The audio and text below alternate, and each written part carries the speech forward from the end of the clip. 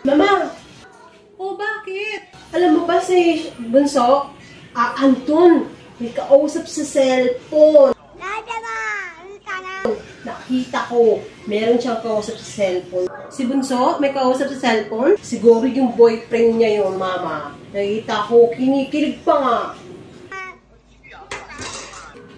Oh. Talaga? Maniwala. Ay, opo! Ano? Alika, Mama, dali.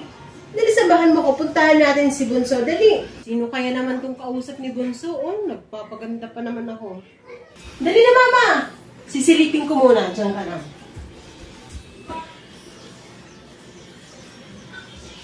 Oh, sige. Ay, naku naman to si Bunso talaga. Oo. Ma, ayan, nakita mo si Bunso. Ayan, oh, kabata-bata pa, kumikiringking na. O, Bunso, huwag kang ganyan, mahal yung bigas ngayon. Alam mo na, nasa 42 kilo, bata ka pa. Huwag lang muna yan. Di ba, Ma? Ako nga, wala pa nga ako boyfriend. Tapos ikaw, Bunso, mauunahan mo pa ako. Ano yan?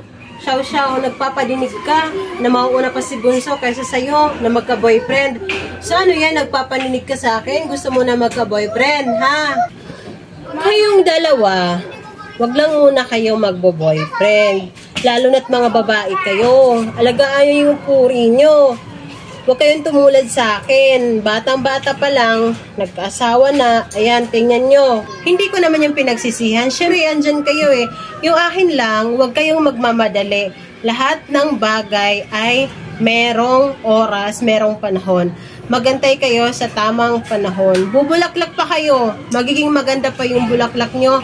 Madami ang darating sa inyo. So, huwag kayong maghabol, huwag kayong maghanap, kusang darating yan. Okay, mga bata?